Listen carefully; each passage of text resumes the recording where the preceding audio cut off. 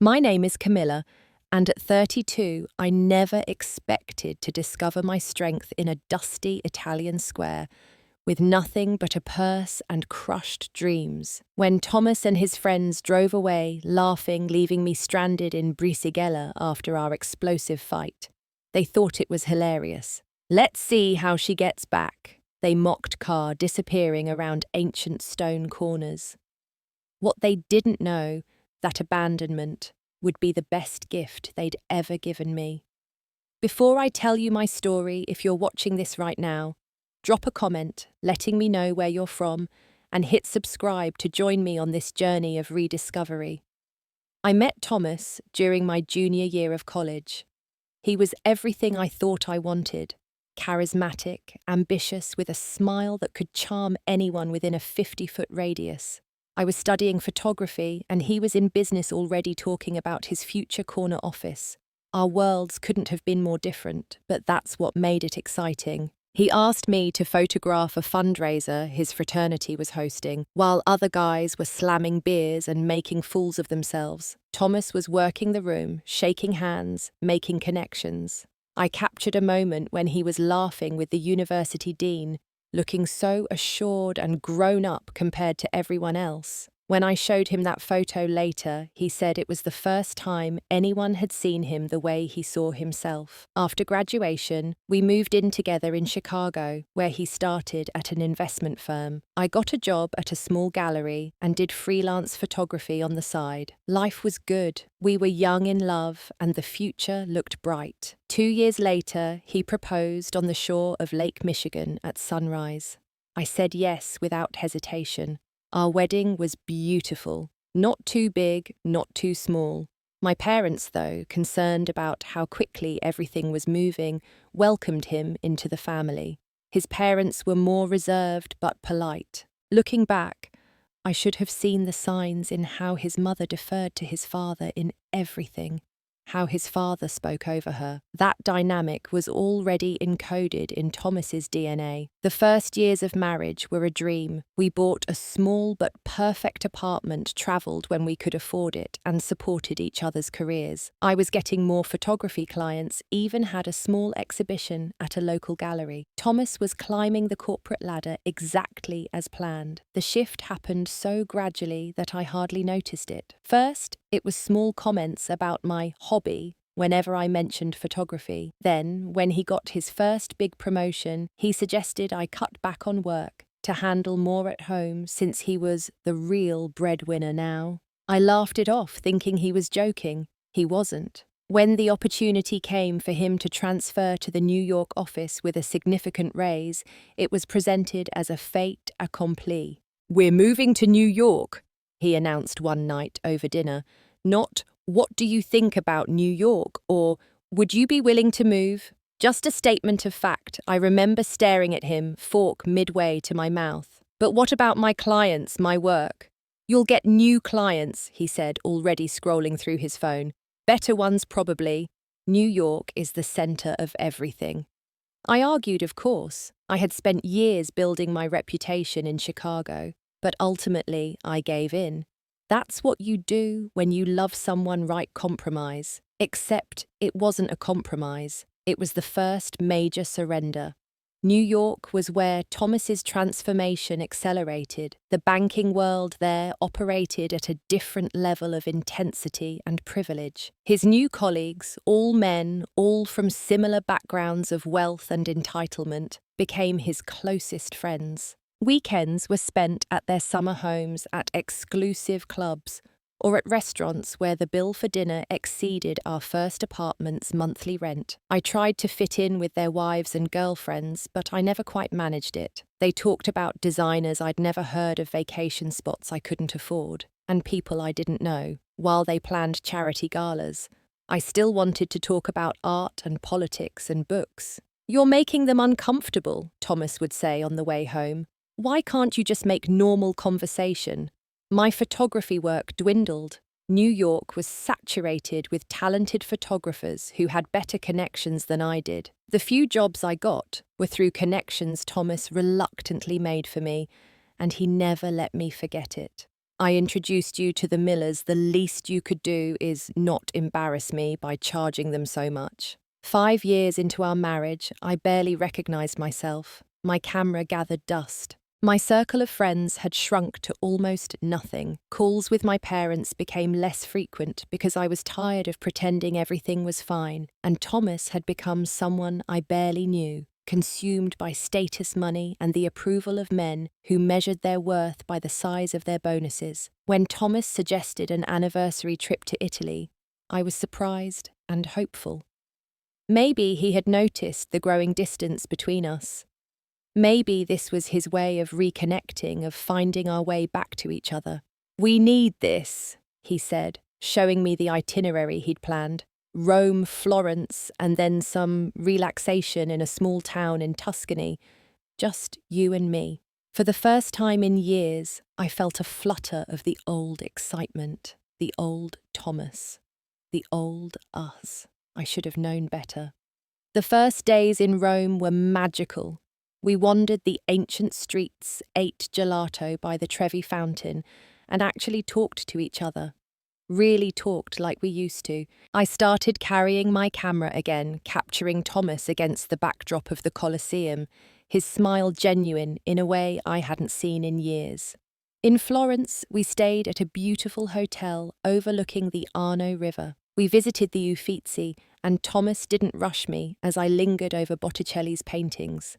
We drank wine on rooftop terraces and held hands as we crossed the Ponte Vecchio. I began to believe that maybe, just maybe, we were finding our way back. Then came the text message that changed everything. We were having breakfast at a cafe near the Duomo when Thomas's phone buzzed. He looked at it, smiled, and quickly typed a response. "Everything okay?" I asked. "Just work," he said. But he was still smiling in a way that work emails rarely prompted. Later that day, as we were exploring the Bobbly Gardens, he got a call and stepped away to take it. When he returned, there was an energy to him I couldn't place. "Slight change of plans," he said casually. "James, Daniel and Scott are in Milan for a banking conference. They're going to meet us in Brisighella tomorrow. Your friends from work." I couldn't keep the disappointment from my voice. "I thought this trip was supposed to be just us." "Don't start," he sighed. "They're only joining for a couple of days. It'll be fun." But I knew Thomas's definition of fun with his friends didn't include me. It never had. Brisighella was everything a small Italian town should be. Terracotta roofs stacked against green hills, narrow medieval streets, and a sense of timelessness that made our New York life seem like a distant dream. Under different circumstances, I would have fallen in love with it immediately. We arrived in the morning, checking into a charming hotel with a view of the clock tower on one of the town's 3 hills. Thomas was unusually attentive, helping with my bags and asking what I wanted to do before his friends arrived. "Let's explore the old town," I suggested, eager to make the most of our time alone. We wandered the ancient streets, climbed up to the clock tower, and took in the breathtaking view of the surrounding countryside. Thomas even took photos of me with my camera, something he hadn't done in years. For a few precious hours, I felt like we were us again. Then his phone rang. "They're here," he said after a brief conversation. "They're meeting us at Ristorante La Rocca for lunch." My heart sank, but I forced a smile. Great. The restaurant was perched on a hillside with a panoramic view of the valley below. Under any other circumstances, it would have been romantic. Instead, we were seated at a long table on the terrace waiting for Thomas's friends to arrive. They came in a pack, loud and American in a way that made me cringe. James tall and perpetually smirking, Daniel compact and aggressive with his opinions, Scott quiet but with eyes that missed nothing. They greeted Thomas like a long-lost brother, slapping backs and talking over each other. "Camilla looking lovely as always," James said, kissing my cheek with the familiarity of someone who considered it his right, his eyes never quite meeting mine. "We couldn't let you two have all the fun," Daniel added, already signalling for the waiter. The lunch that followed was a performance I'd seen many times before. The men dominated the conversation, talking about people I didn't know, deals I didn't understand, and inside jokes I wasn't part of. I sat quietly, picking at my pasta and sipping wine that tasted increasingly bitter. "So, Camilla still taking pictures?" Scott asked, during a lull, his tone making it clear what he thought of my hobby. "Not as much as I'd like," I answered honestly. "She's been busy," Thomas interjected quickly. "New York life, you know how it is." "That's right, you used to be quite serious about it," James said with faux sympathy. "Must be hard to compete in New York with all the real talent there." I felt my face flush. "Actually, Camilla had a nice little exhibition in Chicago years ago," Thomas cut in, patting my hand condescendingly, "before we moved." "How sweet," Daniel's wife Nicole said, her smile not reaching her eyes. "It's so important to have hobbies." I'd endured versions of this conversation countless times over the years, usually swallowing my pride and changing the subject. But something about the setting, perhaps the beauty of this place, contrasted with their ugliness, or the wine, or the accumulated weight of years of diminishment, made me snap. "Photography isn't my hobby," I said clearly. "It's my profession, or it was before I put it aside to follow Thomas to New York." An uncomfortable silence fell over the table. "Camilla," Thomas warned quietly. "No, I want to know," I continued, looking directly at James. "What exactly do you find amusing about my career?" James glanced at Thomas, clearly expecting him to rein me in. "Nothing at all, just making conversation." "No, you weren't," I said, setting down my wine glass carefully. "You were belittling me like you all always do, and I'm tired of it." "I think you've had too much wine," Thomas said, his voice tight with anger and embarrassment. "I think I haven't had enough," I replied, pouring myself another glass. "Not nearly enough to sit here and pretend this is normal or okay." The rest of lunch was tense. The men tried to resume their conversation while the wives exchanged knowing looks. I sat in seething silence, wondering how I'd ended up here with these people, with this man. After lunch, we all walked down to the town square. The men were already planning their next activity, a wine tasting at a nearby vineyard. "You'll love it, Camilla," Thomas said, a forced brightness in his voice. "They have an amazing Sangiovese." "I'm not going," I said quietly. "What?" I said, "I'm not going. I'm going back to the hotel." Thomas pulled me aside, his grip on my arm just shy of painful. "Stop making a scene," he hissed. "A scene like your friends were making at lunch. They were just joking around. Why do you always have to be so sensitive? Why do you always have to let them treat me like I'm nothing?" I countered, my voice rising. 7 years, Thomas. 7 years I've put up with being the punchline to their jokes, being treated like an accessory. People were starting to look now, including his friends who stood awkwardly nearby. "Lower your voice," Thomas demanded. "No, I'm done lowering my voice, shrinking myself, disappearing so you can feel big with your friends." Thomas's face flushed with anger. "This is why I didn't want to bring you on this trip in the first place. I knew you'd ruin it, like you ruin everything." His words hit like a physical blow.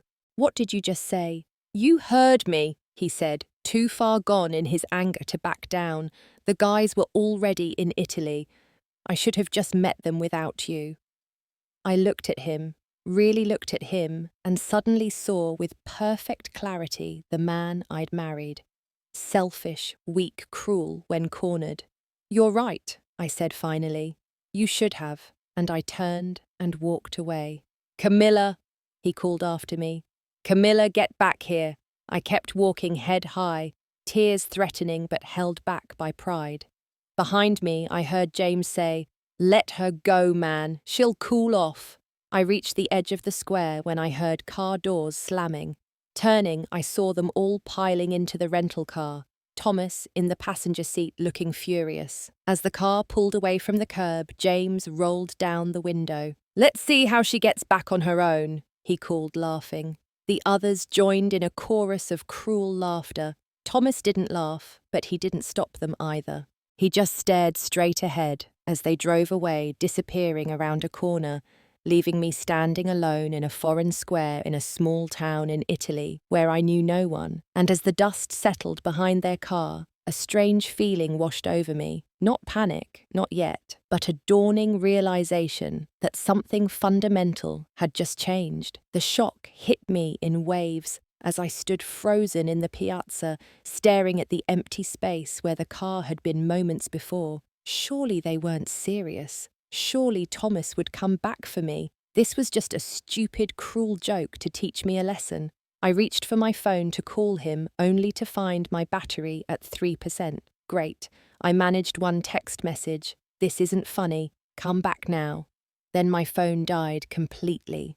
As the reality of my situation sank in, I felt the first tendrils of panic. I was alone in a tiny Italian town where few people spoke English. I had my purse with some cash and cards, but no phone, no change of clothes, nothing else. The sun was already beginning its descent, and I had nowhere to go. I returned to the restaurant where we'd had lunch, hoping to find someone who spoke enough English to help me. The waiter who had served us recognized me immediately. "Signora Problema," he asked, his face concerned. In broken phrases and desperate gestures, I tried to explain that my husband had left me behind. The waiter's eyes widened as he understood, and he called over another staff member who spoke slightly better English. "Your husband, he leave you?" she asked, clearly shocked. "Yes, with his friends." As a joke, I said the words sounding even more absurd as I spoke them. "Non è divertente," she said, frowning. Not funny. She was right about that. Between my minimal Italian and her limited English, I managed to convey that I needed to get back to our hotel. She nodded sympathetically and gave me directions, but it was clear from her gestures that it wasn't very close. I set out walking, following her instructions as best I could. The charming, narrow streets that had seemed so quaint earlier now felt confusing and maze-like. After 30 minutes of wrong turns and backtracking, I finally found the small hotel where Thomas and I had checked in that morning. The woman at the front desk looked up as I entered. "Signora Hayes, is everything okay?" Her English was a blessed relief. "No," I admitted. "My husband and his friends left me in town. I don't know when they'll be back." She didn't quite hide her shock. "Left you on purpose. As a joke," I explained the word, tasting bitter. "My phone is dead. Can I use yours to call him?"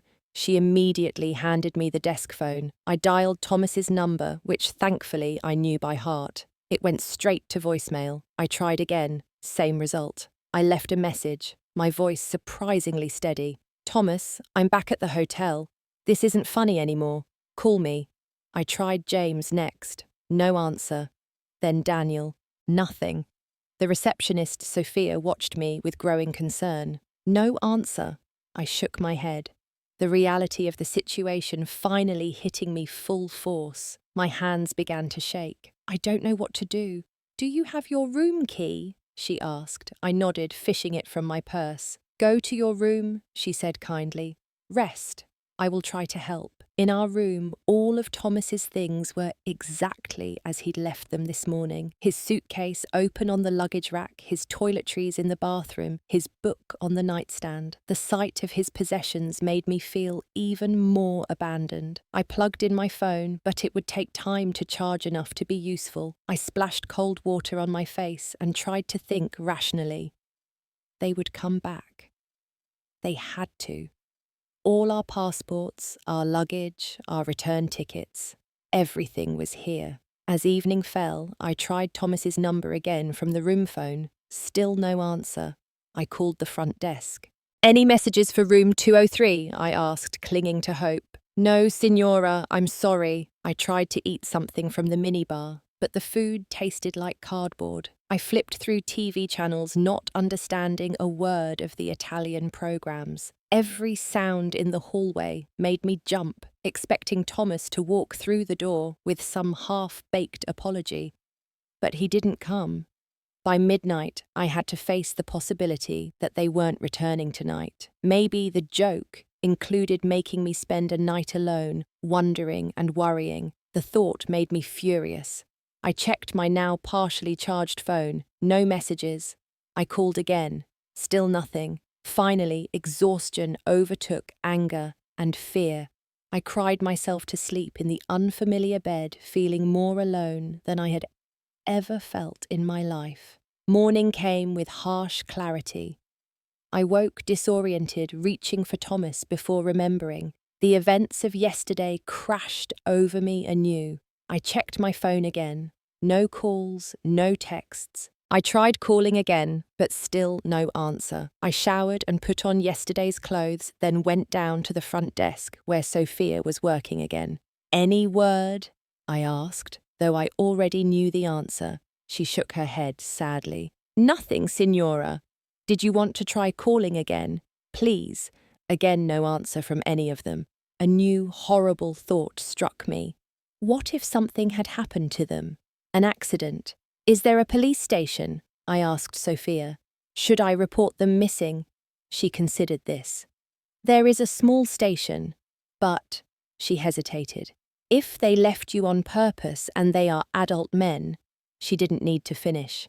"The police wouldn't prioritize finding 4 American men who had chosen to drive away." "What should I do?" I asked, not really expecting an answer. Sophia's face softened with compassion. "Do you have money for another night here?" I nodded, thinking of my emergency credit card. "Then stay. Wait. If they don't come by tomorrow, we think of new plan." I spent the day alternating between the hotel room and the town square, hoping to see our rental car appear. My calls continued to go unanswered. By evening, a new reality was setting in. Thomas and his friends had truly abandoned me in this town. The joke had gone far beyond a momentary, cruel impulse. The next morning, after another night alone, I knew I had to make decisions. I couldn't stay in this hotel indefinitely hoping Thomas would return. I needed to get back to Rome, where our return flight to New York would leave in 5 days. I went down to the front desk, where a different receptionist was working. She called Sophia for me, who came in specially to help. "I need to get to Rome," I told her.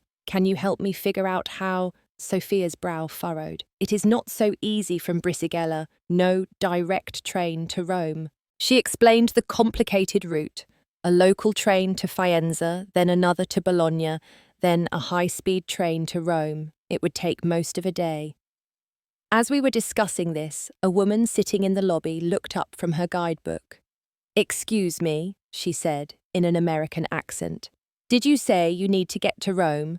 I turned to her, relief flooding through me at the sound of a familiar accent. "Yes, my husband left me here. I need to get back to Rome for our flight home." Her eyebrows shot up. "Your husband left you? What do you mean?" "It's a long story," I said, suddenly embarrassed. "I've got time," she said, closing her guidebook. "I'm Julia, from Boston." Julia was about my age, maybe a few years older, with curly red hair and a friendly, open face.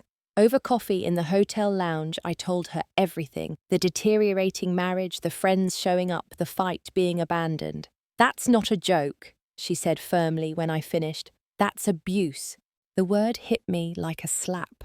Abuse. I'd never thought of it that way. "Have you considered not going back to Rome?" Julia asked carefully. "Not going back to him at all." I stared at her. "I have to go back. My flight home is from Rome. All my things." "Things can be replaced," she said simply. "Your self-respect can't be." Something in her words resonated deeply. She saw my expression and softened her approach. "Look, I'm not telling you what to do, but I'm traveling to Bologna today. If you want to come with me, I'd be happy for the company. You can decide what to do next when you get there." I hesitated only briefly. "Thank you, yes." The train journey to Bologna was more complicated than I'd imagined. We had to take a local train first to Faenza, change platforms with just minutes to spare, and then board another train to Bologna. Without Julia, I would have been lost in the confusion of announcements I couldn't understand and signs in Italian. On the train, gazing out at the Italian countryside flowing past, I asked Julia what brought her to Italy alone. She smiled, a hint of sadness in her eyes. "Freedom, Tour." "Freedom from what?"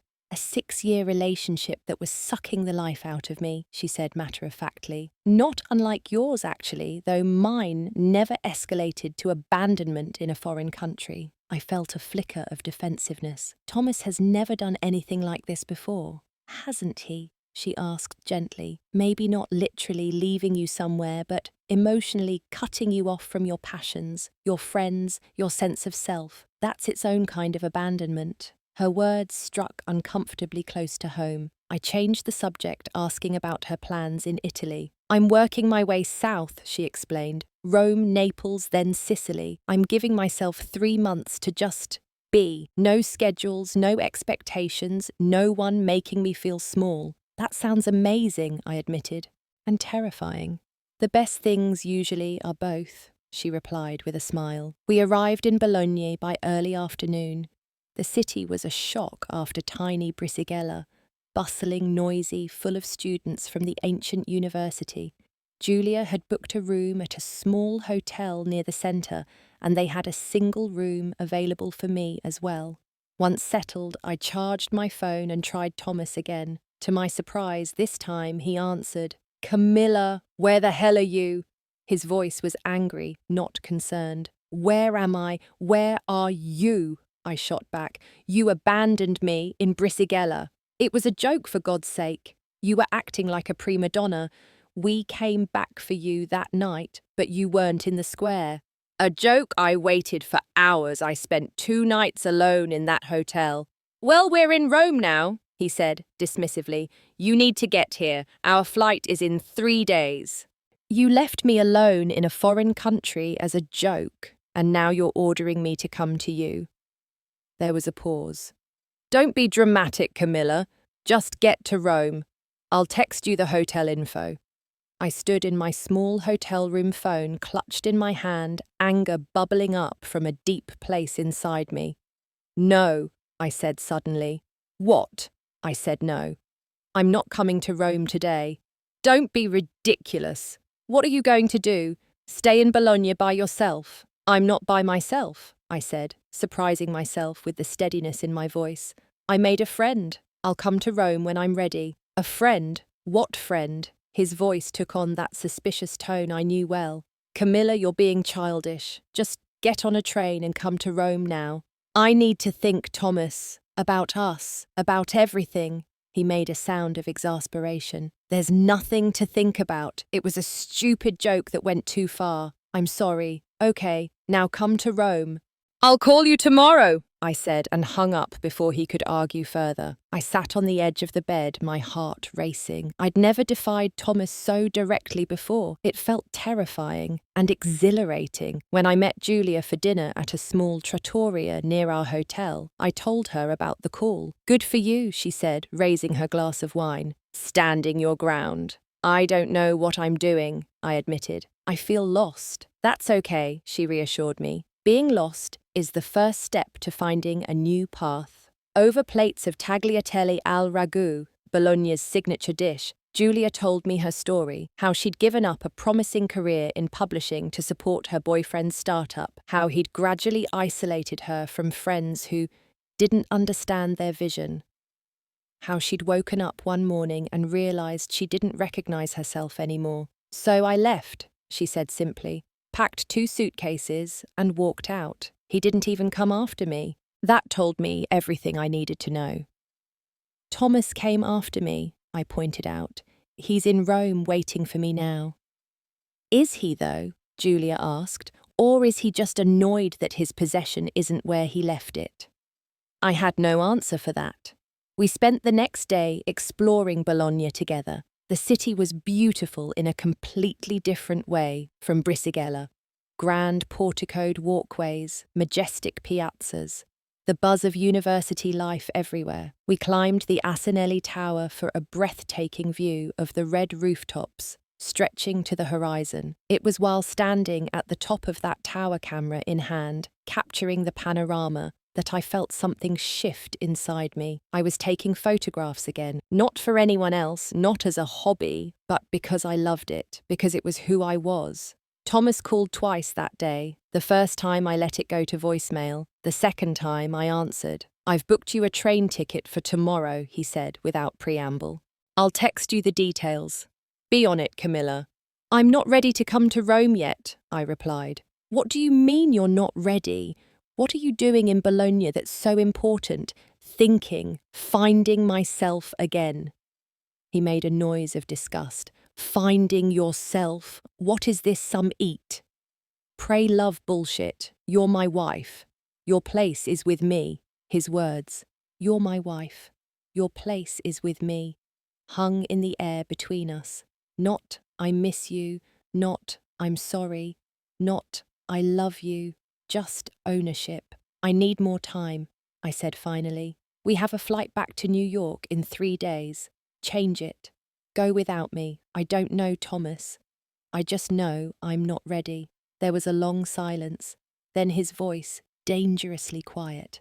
"This is about punishing me, isn't it? Making me pay for a stupid joke." "No," I said truthfully. "It's about me figuring out what I want." "What you want doesn't matter," he exploded. "We have a life in New York. Responsibilities. You can't just decide to stay in Italy because your feelings are hurt." His outburst confirmed everything I'd been feeling. In his world, what I wanted truly didn't matter. "I'll call you tomorrow," I said again, and hung up. That evening over dinner, Julia had a suggestion that would change everything. "I was thinking," she said casually, "I'm heading to Greece next week. Athens, then down to a little town called Nafplio on the coast. My friend has a guest house there. Why don't you come with me?"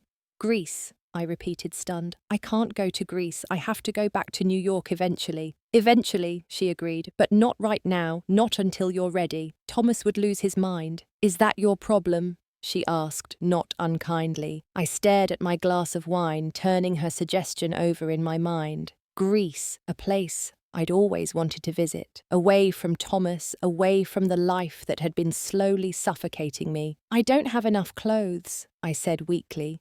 "All my things are in Rome with Thomas." Julia laughed. "We can buy clothes. That's the easiest problem to solve." The next morning I called Thomas with a decision I'd never imagined making. "I'm not coming to Rome," I said when he answered. "I'm going to Greece for a while." "Greece," he sputtered. "What the hell are you talking about?" "I need time, Thomas. Time I'm away from you, from us, to figure out what I want." "This is insane," he said, his voice rising. "You're my wife. You can't just go to Greece on a whim." "Actually, I can, and I'm going to." "With who? This friend you've suddenly made? Who is this person?" "Her name is Julia. She's from Boston, and she's been kinder to me in 2 days than you've been in years." That triggered a tirade. I held the phone away from my ear as Thomas raged about responsibility, about embarrassment, about how I was overreacting to one little joke. When he finally paused for breath, I spoke calmly. "I'll be in touch about my plans to return. Goodbye, Thomas." I hung up as he was still shouting. Then I turned off my phone entirely. 2 days later, Julia and I were on a flight to Athens. I'd used my emergency credit card to buy the ticket, along with some essential clothing and a new suitcase. The irony wasn't lost on me.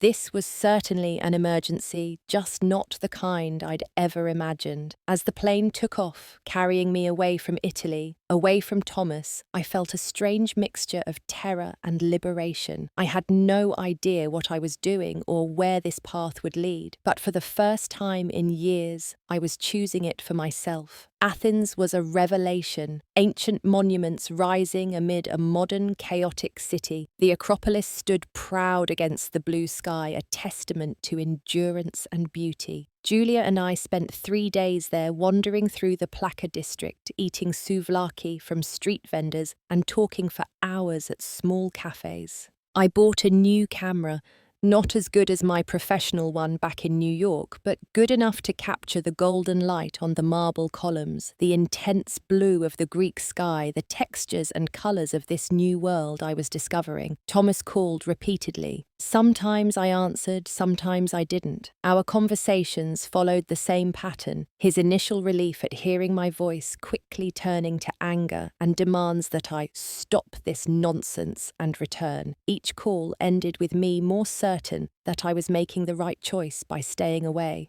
After Athens, Julia and I took a bus to Nafplio.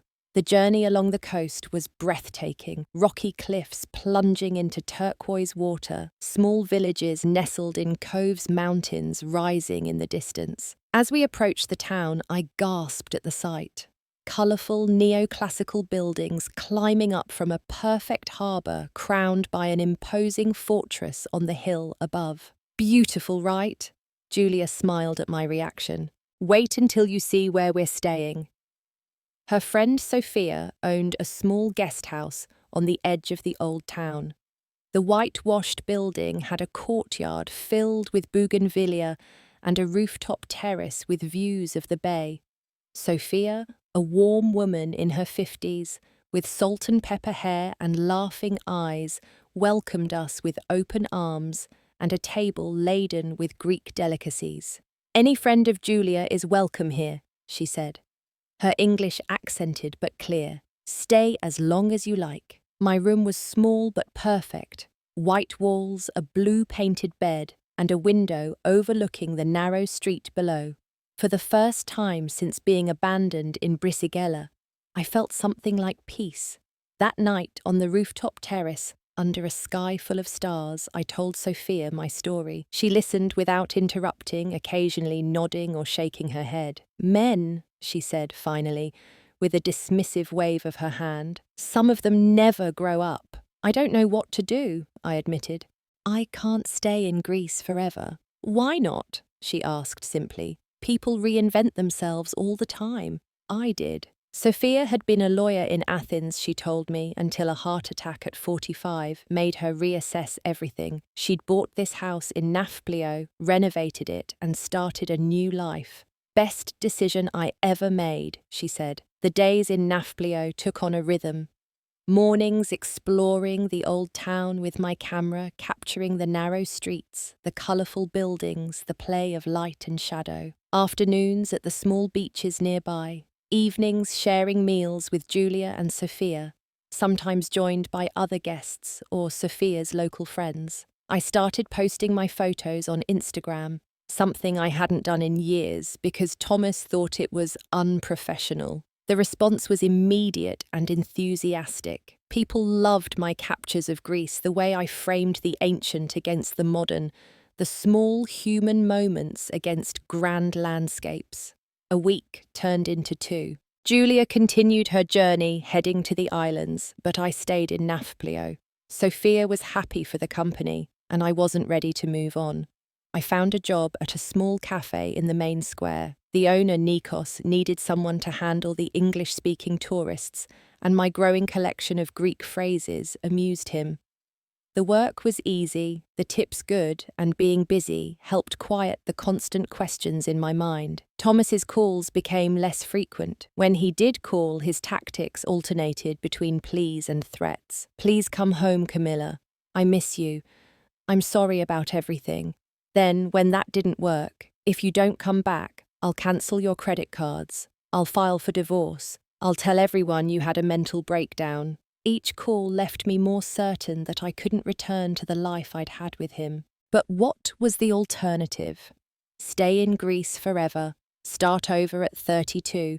One morning in my 3rd week in Nafplio, Sophia found me on the rooftop, staring out at the sea. "You are troubled," she said, sitting beside me. "I got an email from a divorce lawyer in New York," I told her. "Thomas has filed for divorce on grounds of abandonment." Sophia waited, watching my face carefully. "And this makes you sad?" "No," I realized, surprised. "It makes me relieved and scared. I've been his wife for so long. I don't know how to be just me anymore." "You are already being just you," she pointed out. "Here every day, and you are doing fine." That afternoon at the cafe, a middle-aged American couple sat at one of my tables. They were friendly, asking about how an American had ended up working in a Greek cafe.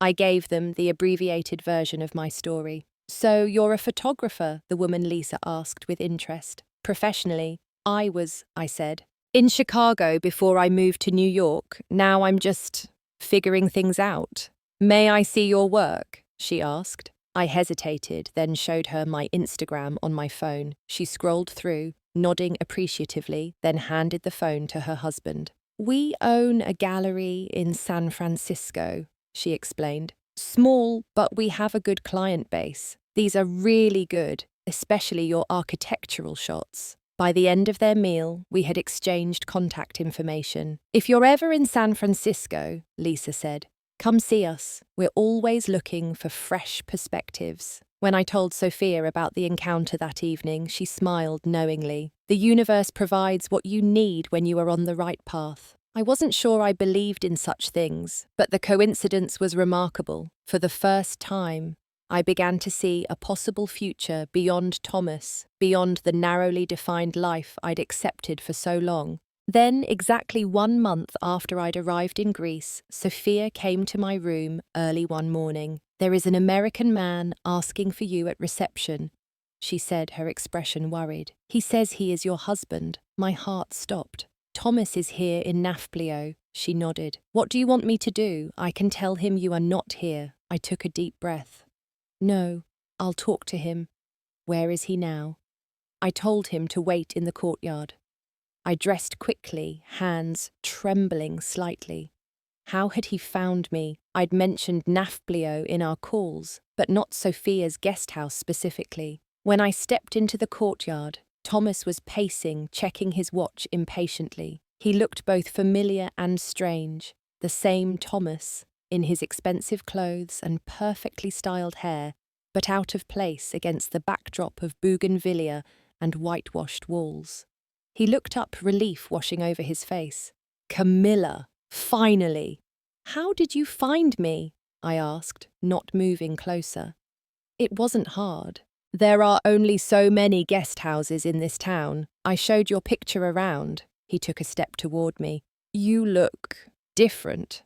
I was different, tanned from days in the sun, my hair lighter dressed in simple clothes bought locally, no makeup, no pretense, just me. What are you doing here, Thomas? I've come to bring you home, of course. He said it like it was the most obvious thing in the world. This has gone on long enough. I'm not coming back, I said quietly. He stared at me, disbelief crossing his face. Of course you are. This little adventure or whatever it is needs to end. I've been patient, Camilla. I've given you space, but it's time to come home. Patient, you filed for divorce. He waved a hand dismissively. A tactic to shock you into seeing sense. I've already told the lawyer to put everything on hold. It was so typically Thomas, using legal proceedings as a manipulation confident in his power to control not just me, but systems, institutions, the world itself. It doesn't matter, I said. I don't want to come back. I'm building something here. Building what? He scoffed. A career as a waitress, playing at being a photographer again. This isn't real life, Camilla. It's more real than anything I had with you, I replied. That angered him. I gave you everything. A beautiful apartment, vacations, a life most people would envy. You gave me things, I corrected. Not a life, not love, just things. We were interrupted by Sophia bringing coffee to the courtyard. She set the tray down and looked at Thomas with undisguised suspicion. Everything okay, Camilla? Fine, thank you, Sophia. Thomas waited until she left before speaking again, his voice lower now. I didn't come alone. The guys are here too. They want to see you. The guys? I repeated incredulously.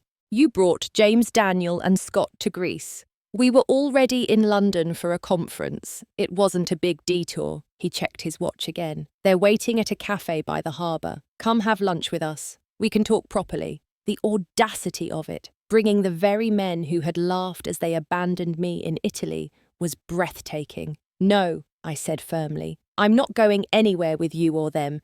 In fact, I have to work in an hour. Work? He looked genuinely confused. Camilla, be serious. You don't work in a cafe. You're my wife. You're coming home with me. No, Thomas, I'm not. His face hardened. What happened to you? Is it this place that Boston woman Julia filled your head with feminist garbage? What happened to me, I said slowly, is that I finally saw clearly who you are, who I became when I was with you, and I don't like either of those people. He stared at me for a long moment. Then shockingly he laughed. This is ridiculous. You can't actually believe you're going to stay in Greece indefinitely working in a cafe, taking pictures of tourists.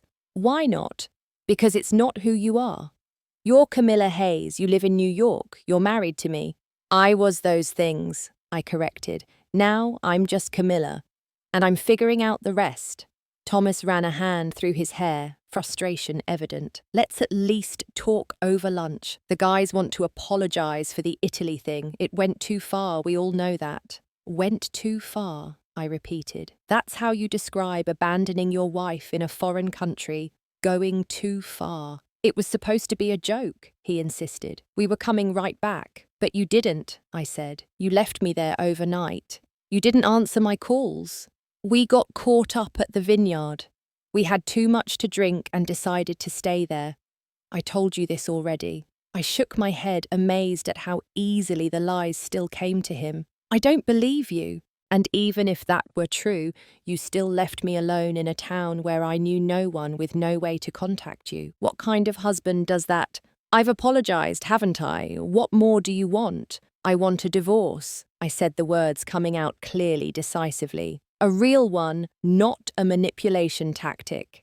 His face flushed with anger. You don't mean that. I do.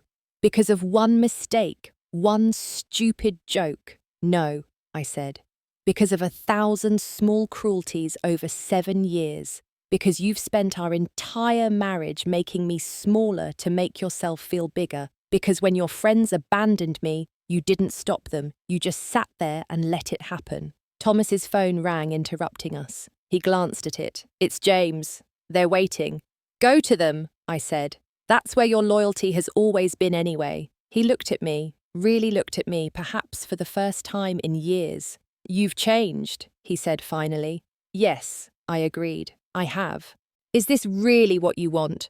To throw away our marriage over one incident? It wasn't just one incident, I said. It was the incident that finally made me see everything clearly.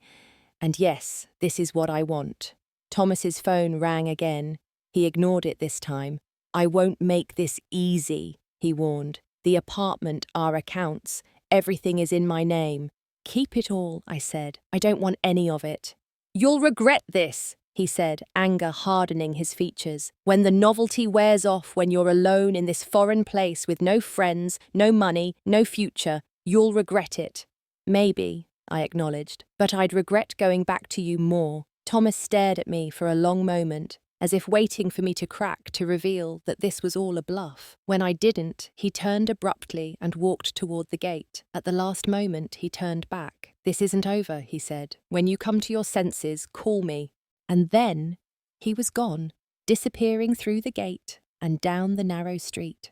I stood in the courtyard, heart pounding but mind clear. I had faced my greatest fear, confronting Thomas, standing up to him, and survived. More than survived. Won. So that was your husband, Sophia said, appearing beside me. She handed me a glass of water. He is exactly as I imagined. I took the water gratefully. He won't give up easily, I warned. She shrugged. Men like him never do. Their pride won't allow it, but you are stronger than his pride. Later that day, as I was serving customers at the cafe, I spotted Thomas and his friends at a table across the square. They were watching me, talking among themselves. I felt a moment of fear, then pushed it aside. What could they do? Create a scene? In this small town where everyone knew me now, where I had friends' connections, as I passed their table delivering an order to nearby customers, James called out, "Camilla, join us for a drink."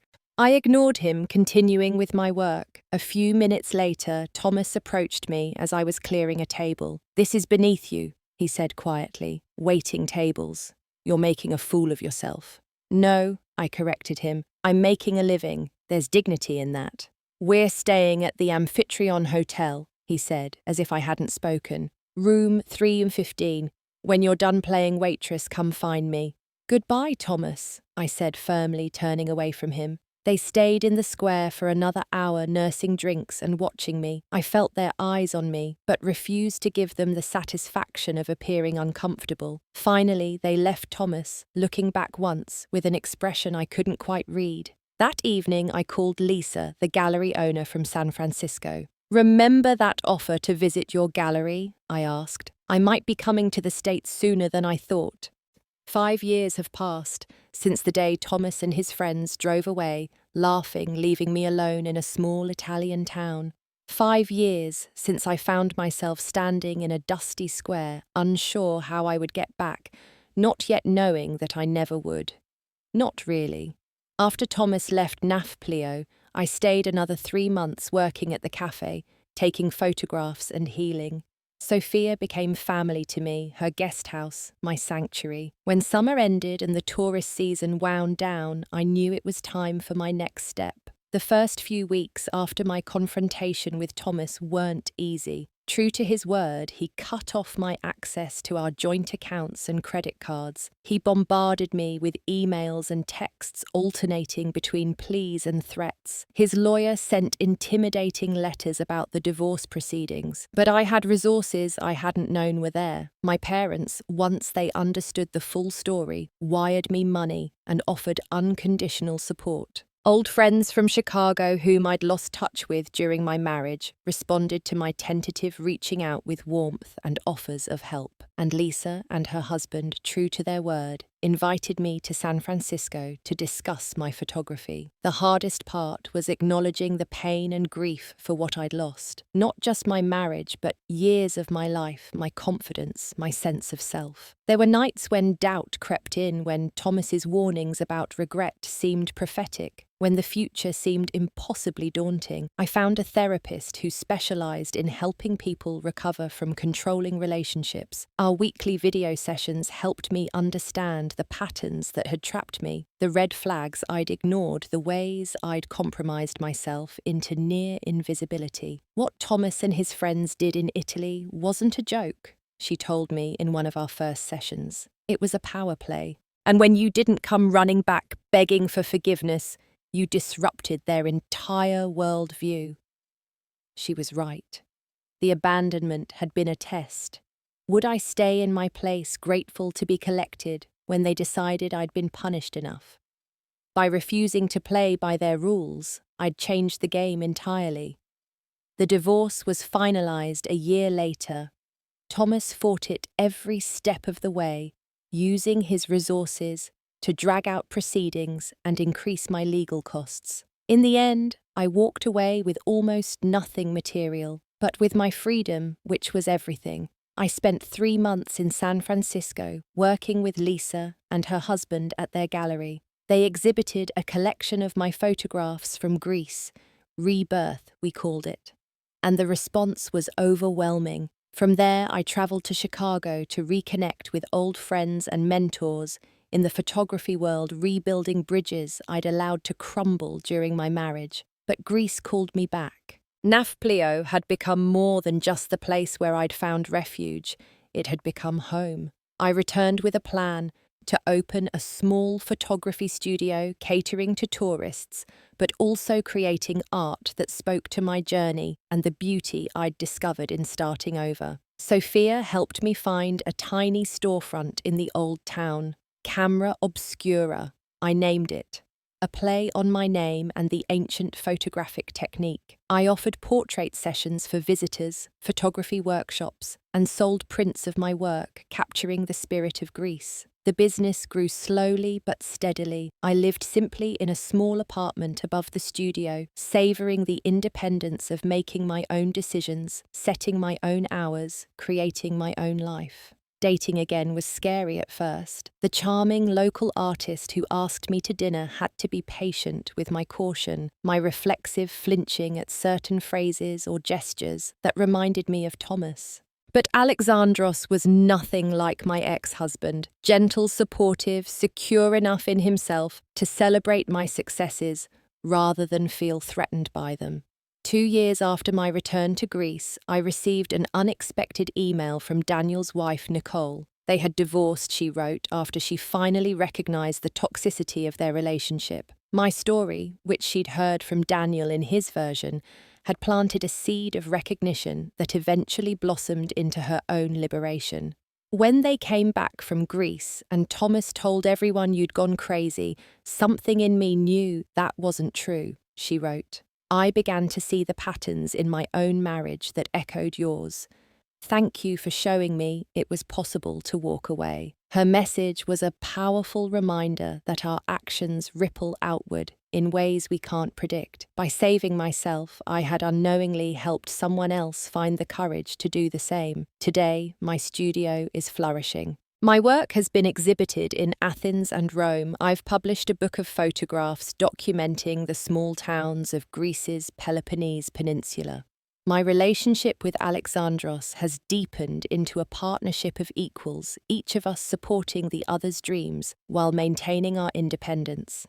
I still think about that moment in Brisighella sometimes, standing alone in the square, watching Thomas and his friends drive away, feeling the world collapse around me. I couldn't see then that they weren't taking my world away. They were giving me the chance to create a new one. The greatest lesson I've learned is that true strength doesn't come from others' validation or protection. It comes from within, from the quiet certainty that you are enough just as you are. It comes from losing everything and discovering that what remains, your core self, your values, your capacity for joy, is all you ever really needed. Sometimes the cruelest acts turn out to be unexpected gifts. Sometimes being abandoned is the only way to find yourself, and sometimes the longest journey begins with being left behind. If you're watching this and something in my story resonates with you, know that you're not alone. There's a life waiting for you beyond fear, beyond compromise, beyond the small box someone else has convinced you to fit inside. It might take a strange twist of fate, like being stranded in a small Italian town, to push you toward it. But when that moment comes, I hope you'll have the courage to walk your own path, even if you have to do it alone at first. If my journey has touched you in any way, please share this video with someone who might need to hear it. Drop a comment letting me know if you've ever had to reinvent yourself or find strength you didn't know you had. And subscribe if you'd like to see more stories about transformation and new beginnings.